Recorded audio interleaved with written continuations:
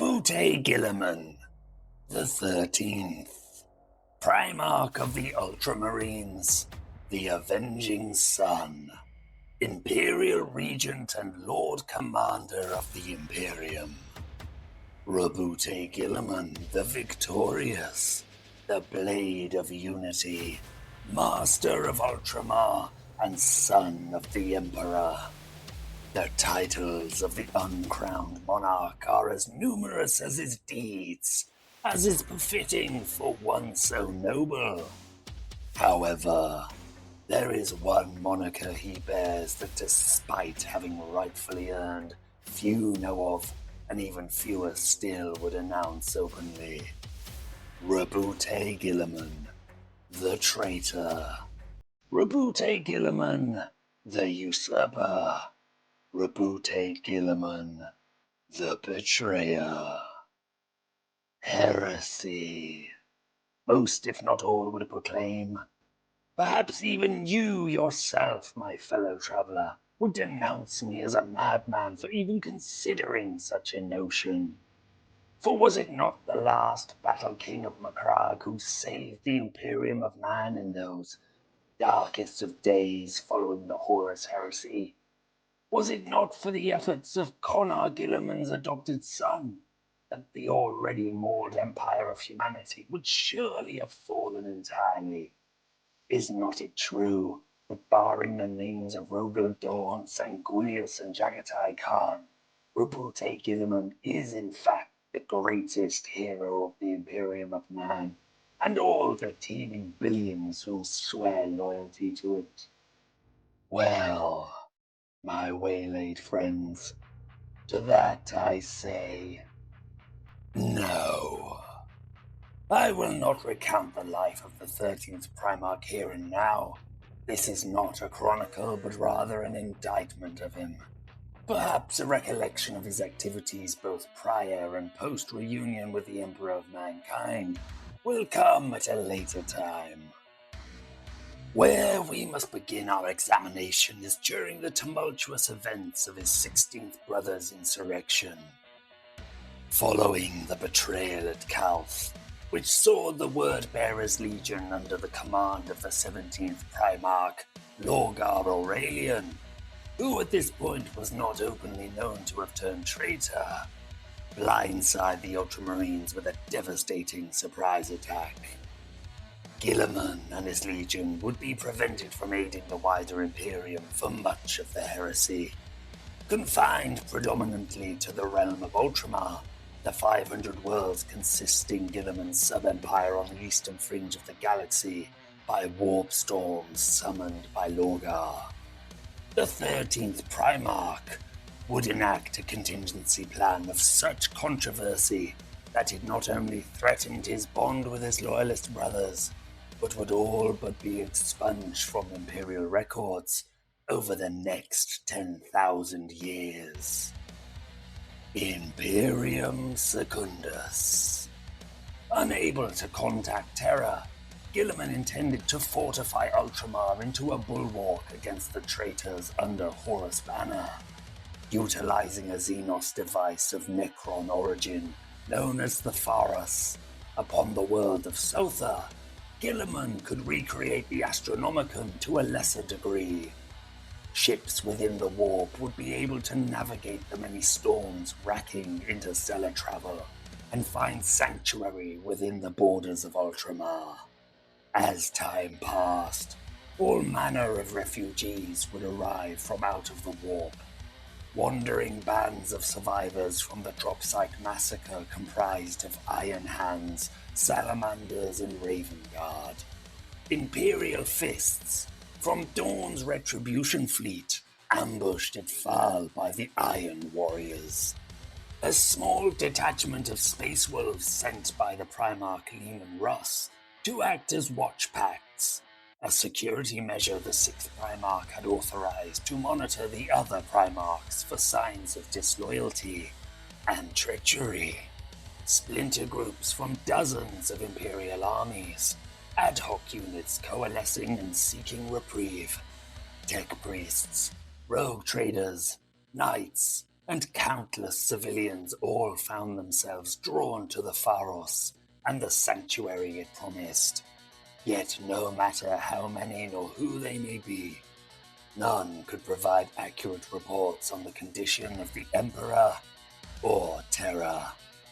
This would include the two chiefest of all arrivals to Ultramar, Lion L. Johnson and the Dark Angels Legion, returned from their many engagements against the Night Lord's Legion during the Thramas Crusade, and Sanguinius and the Blood Angels Legion, recently brutalized at Cygnus Prime thanks to the perfidy of the War Master Horus.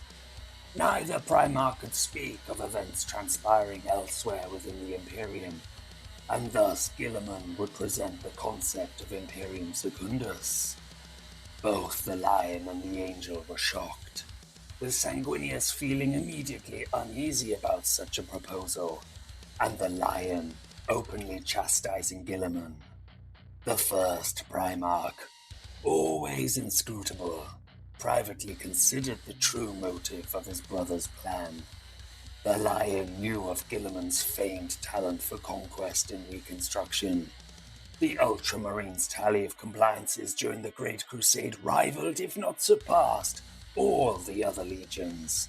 Each world left in their wake was a fully functioning bureaucracy, a shining example of what the Imperium might be. But whom did these worlds truly hold allegiance to?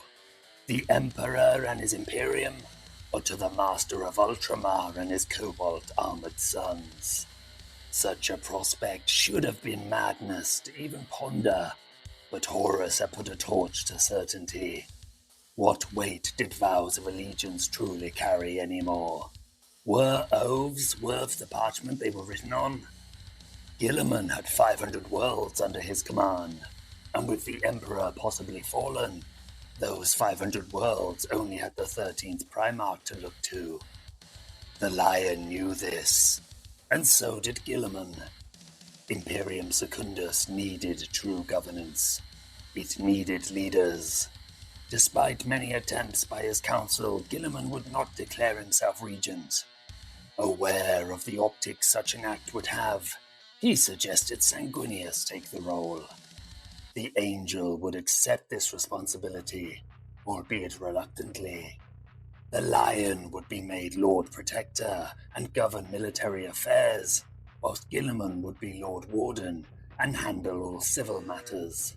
The three Primarchs would act as a triumvirate, with Sanguinius as Imperator Regis, deciding upon matters of dispute between Guilliman and the Lion. Governance during the Imperium Secundus was tumultuous.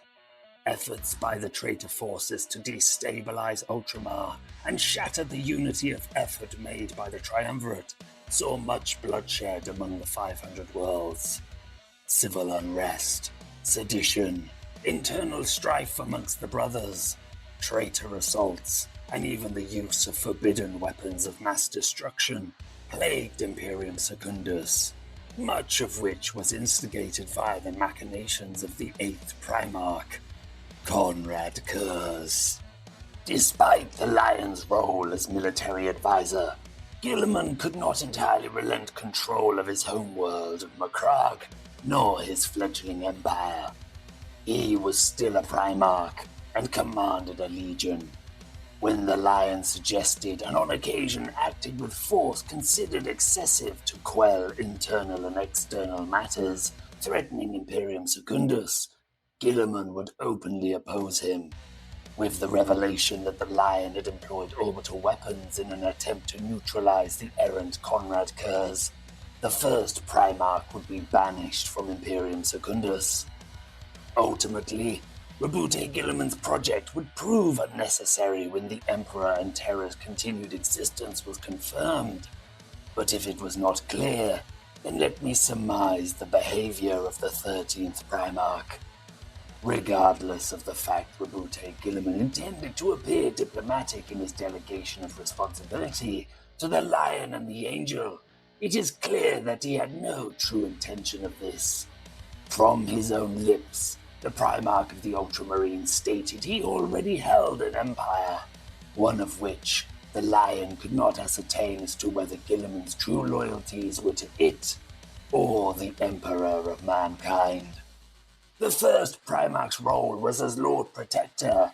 His duty was to the safeguarding of Imperium Secundus, and yet his command was continually hampered by his brother and always critiqued.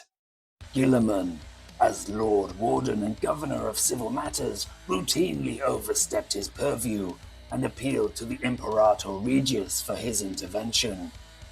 The truth is that no matter Guilliman's outward appearance as ever the diplomat, he could not or did not want to share power. Ultramar, and by extension Imperium Secundus, was his. Primarchs are by their very nature exceptional beings, but just as they exemplify mankind's virtues, so do they their flaws.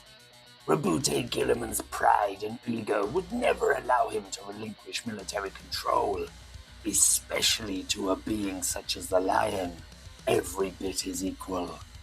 Guilliman had saved Macragge and founded Ultramar, his empire. If the Emperor, Terra, and the Imperium had fallen, he would still have had his own. It would also be prudent of me to note that the Pharos beacon drew in those traveling through the warp. Often seen as an act of salvation, I would be remiss if I did not counter this point with my own observation. With the heresy spreading across the Imperium, and the eventual siege of mankind's homeworld growing ever closer with each passing day, it quickly became apparent that Terra would require every last able body to defend it. Rogel Dawn, the Emperor's Praetorian and Primarch to the 7th Legion Imperial Fists, called across the galaxy for all loyalists to gather in the Sol system. There, they would be organized into the order of battle and would train, drill, rearm, and wait for the day Horus Lupercal came for his prize, the throne of the Imperium. Many would answer, and by the time of the siege, the Imperial Palace, Terra, and the Sol system itself had been rebuilt into a veritable fortress, the likes of which only the 7th Primarch could achieve. And yet, how many more defenders could have been at Terra had the Pharos not been active? Indeed, the ruined storm impeded much warp travel, and who can say how many souls were lost trying to cross it? But Guilliman's desire to secure Ultramar overrode any consideration that it could be depriving Terra of valuable reinforcements. It is unlikely that those souls drawn by the Pharos would have been enough to halt the War Master's attack on Terra, but that was never Dawn's intent. Time was the resource he sought to hoard as greedily as possible. Time in which Horus' forces were delayed and the bulk of the loyalists not on Terra could reach it and relieve the besieged defenders. Every man, woman, and Astarte who came to Ultramar, having followed the Pharos, was one less body holding ground before the Sanctum Imperialis. Malcador the Sigillite himself grew concerned that Roboute Guilliman would seize the heresy as an opportunity to secure Ultramar as his own fiefdom and secede from the Imperium, abandoning his father's empire to its fate. The Sigillite sincerely thought this of the 13th, and such considerations cannot be taken lightly, especially when taking everything we've discussed into account. Guilliman's misgivings regarding Imperium Secundus notwithstanding, the 13th Primarch still went through with his plan. Always aware of the optics and never acting as a would-be king, Guilliman was a shrewd politician. As the Pan-Pacific tyrant Nathan Doom once said in a bygone era, an ambition to save humanity is almost always a disguise for the desire to rule it. Imperium Secundus was a misstep, its creation an overreaction, and one that many may look on as necessary. Perhaps that is the case, depending on your point of view. Guilliman's actions post-heresy, however, would be what truly epitomized his title as a betrayer. The traitor legions driven from terror, the War Master slain, and a civil war ended. It would fall to Roboute Guilliman to salvage what remnants of the Imperium remained. With the Emperor interred upon the Golden Throne, Guilliman would rise to the position of Lord Commander and Imperial Regent. The Primarch was the only one of his brothers with the insight, experience, and legion strength to reorganize and re-administer Imperial rule across the galaxy.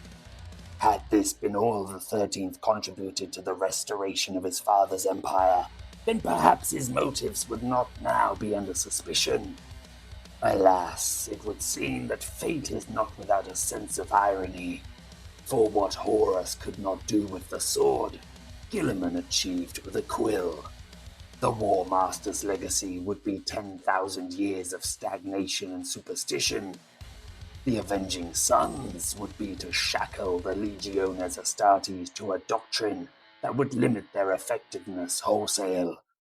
Guilliman would restructure every branch of the Imperial military, intent on preventing any consolidation of power. Never again would one man have the ability to command so much might and turn it against the Imperium. Nowhere was this more keenly felt than within the Space Marine legions. No longer would tens, if not hundreds of thousands of transhuman warriors march as one. The Dark Angels, White Scars, Space Wolves, Imperial Fists, Blood Angels, Iron Hands, Salamanders, and Raven Guard were all reduced to chapters of 1,000 Marines. Even Guilliman's own Ultramarines weren't spared his sweeping legislative changes. The Marines surplus to their legion's reduction would be formed into additional chapters of 1,000 Marines, all of whom would bear new names and heraldries. Brothers became strangers, and strangers became suspicious. Guilliman's treatise, the Codex Astartes, would outline the manner these new chapters would operate, as well as stipulating their organization and purview of authority. Such was Roboute Guilliman's determination that all loyal legions adopt the Codex, that he was prepared to take up arms, in one instance, even against his brother, the Praetorian himself, Rogal. Another civil war was only avoided thanks to the wisdom of Dawn.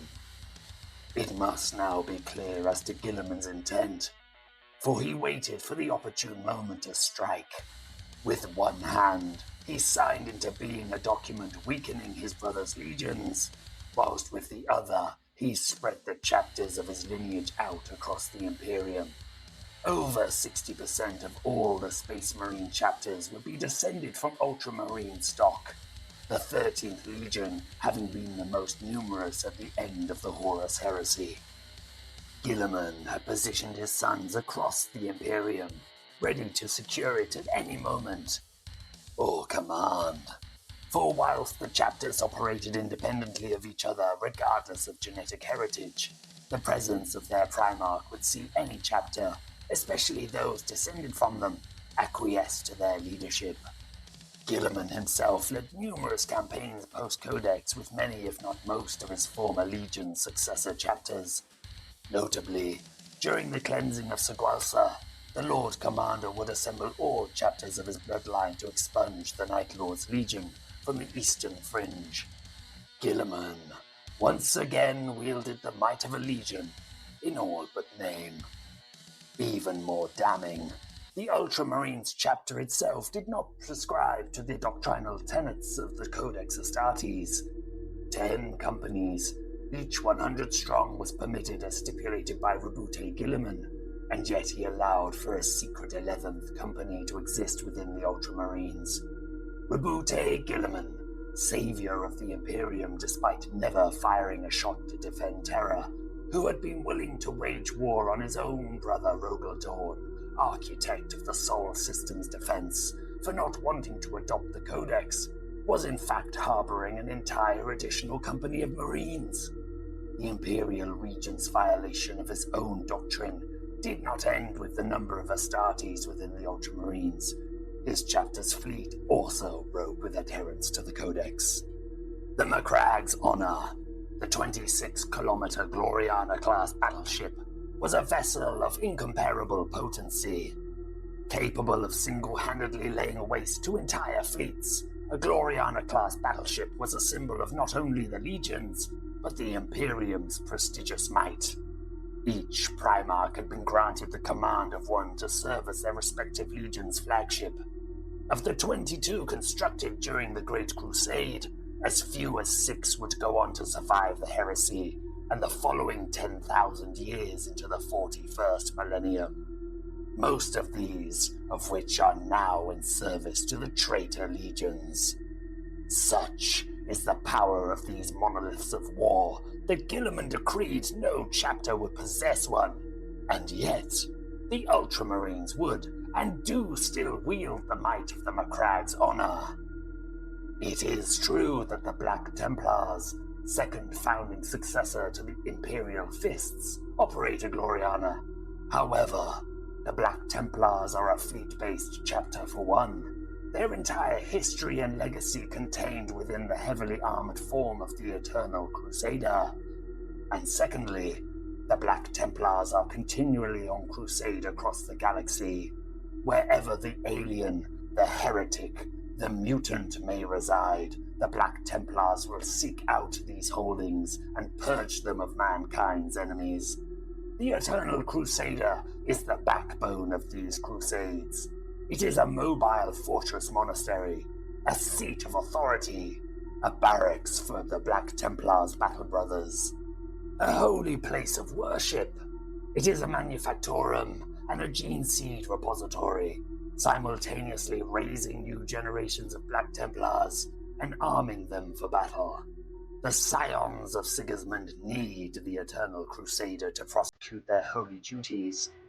The Ultramarines do not, for they have Macragge and they have Ultramar. They have all of an entire realm to support and supply them. They do not need the Macragge's honor. Friends and fellow travelers, perhaps I am the victim of bias. Maybe my perception of the Avenging Son is influenced by half-truths and hearsay. Could it be that the First Lord Commander of the Imperium is guilty of nothing more than trying to secure mankind's continued survival? Perhaps, maybe, in this galaxy of darkness and horror, where worlds burn and billions cry for deliverance, only to suffer despair and death, where life carries less worth than a bullet, and the dream of peace is the ghost of a memory. In this place does truth even matter, when one's life can be snuffed out in the blink of an eye by uncaring and unsympathetic gods? Roboute Guilliman the traitor, Roboute Guilliman the savior. Does the verdict even matter anymore? The 13th Primarch is as good as dead, his body in stasis upon Macragge, forever frozen at the moment of his slaying by his treacherous brother Fulgrim, the demon Primarch of the Emperor's children. Roboute Guilliman is lost to us, never to return again.